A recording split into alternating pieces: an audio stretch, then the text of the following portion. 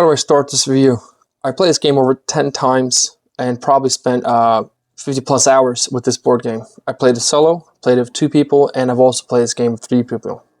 I'm not going to focus on how to play the game. I don't really do that, but I'm going to focus more on my biased experience of what it felt like for me to play this game. Please don't make any decisions based off of my opinion or anything. Just use it as entertainment of just another person's view on their experience playing this war of mine. I don't want to beat around the bush, so I'll just get the worst part out of the way right away. This game to me is a 2 out of 5. The more I played it, the more this purchase made less rational sense. I'll start with the biggest negative experience for me with this game, the storybook. There's a storybook that acts as a clarity rules book and as a narrative storyteller. The frustrations of clarity and follow along will consistently kill the vibes or flow of the game. The idea was you learn the rules as the game goes on, but some rules are so critical to the game and I did not find out about them until my 4th game in. For example, you have an ability to take a 4th action for characters. This is a mess to find and to follow. Luckily, there are PDFs online to get all the rules onto one document, and I highly recommend that if you do get this game and you're playing it for the first time, please get the PDFs downloaded. But what really kills the game for me, and I still keep trying to get past it, is the storybook side of the game. For example, you would read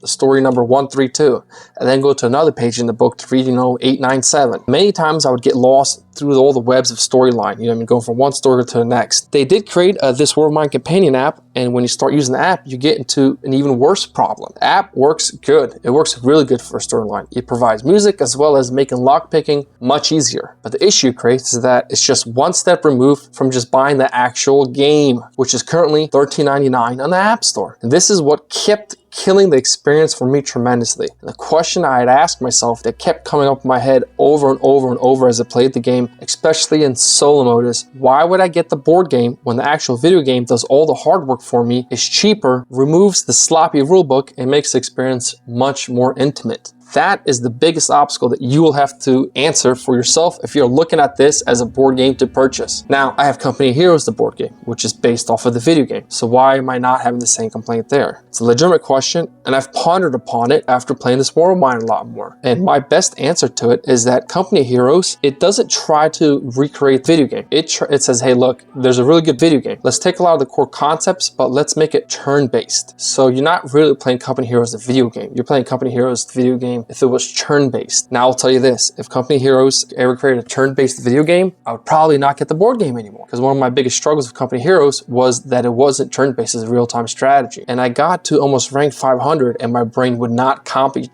the speed of other players. So I just became more frustrated with the game than enjoying it. In this War of Mine, the game is trying to keep the spirit of the board game so closely to the video game that it becomes a burden. You're literally tracking all the items, all the statuses, as well as constantly upkeeping the card shuffles, which it brings me to number 2. Another reason what makes the experience for me just a 2 out of 5. The upkeep of this game is more annoying than it needs to be, in my opinion. Even in Twilight Imperium 4th edition, we did not spend half the time with upkeeping on an 8-player game. Here, you're constantly shuffling decks. You're constantly having to remember parts of the narrative to follow up on. Constantly keeping the statuses of characters updated. Very time consuming, which again, it makes the actual game a way better option. Seeing my other reviews, you're probably going to say, oh yeah, well this clearly nails it, is the randomness. This is just me being me, and I'm not a fan of games where you do the same action 5 times and you can get 5 totally different results. It's a style of board gaming that I don't enjoy, and this game for me really does it in the worst way. You can do the same scavenger hunt and get everything you need or nothing at all,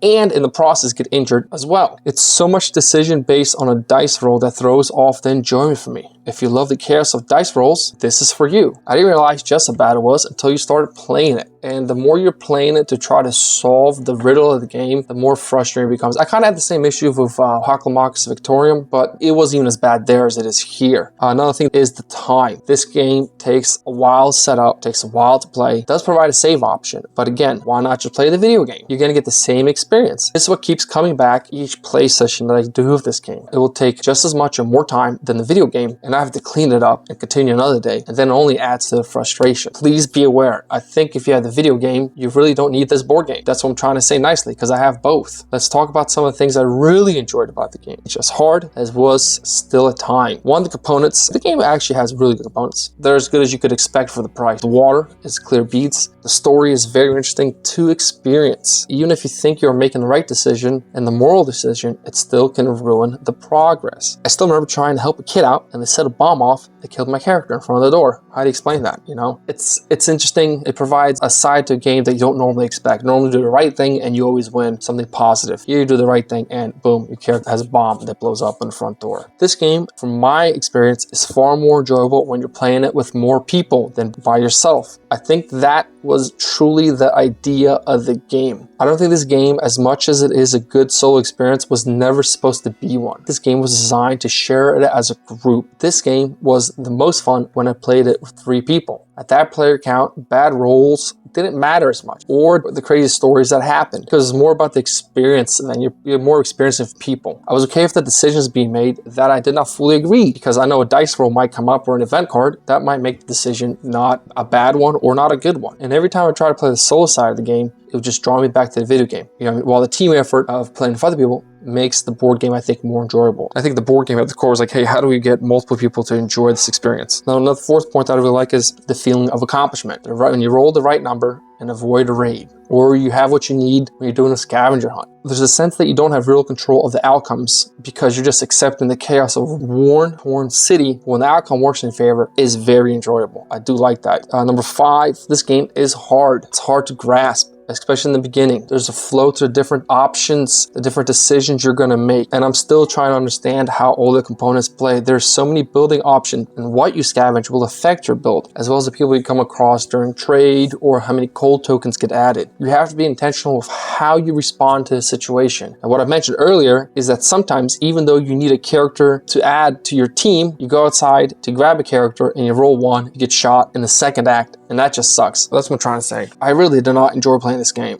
As you guys can tell. And I mean, those 5 things I liked, I did like, but as a whole, I think ultimately what makes me give it such a low score is that, look, it's got good components. The storybook is good. You know what I mean? The rules suck. The upkeep is atrocious. The randomness for me is not enjoyable. It's just the fact that the video game exists and this board game tried to be the video game. I mean, I even have 2 expansions for the board game. I didn't even open them because I don't see how those expansions will help me enjoy the board game when I already have the expansions in the video game. Am I being too harsh? I hope you guys understand what I'm saying. The developers of the board game did such a great job at mimicking the video game. They almost did it too good where it's like, why would I want to play this when the video game exists? Do you know what I mean? It's too similar. It's too exact. So if you're playing solo, just get the Steam game. Plus, you gotta remember, to get the board game and all the expansions right now, Game Foundy thing going on, it's $165 to get the game and all the expansions. That doesn't include shipping and tax. Or you can go on Steam and you can pay $32 to get every content available and have a much more immersive experience. Those are the things I was struggling with. And as I played the game far more, I was like, why don't I just play the video game? What are we doing here? We're in Company Heroes.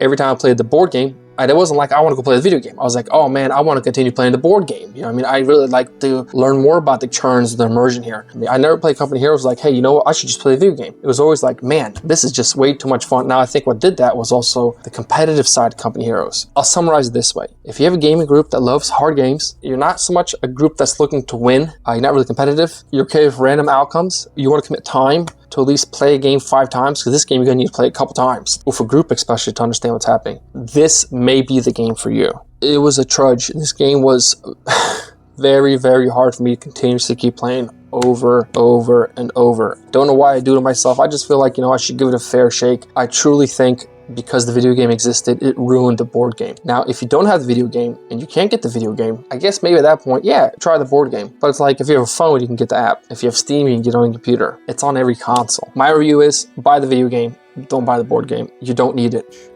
Yeah, misery is one thing that kind of creeps up on you. It really does.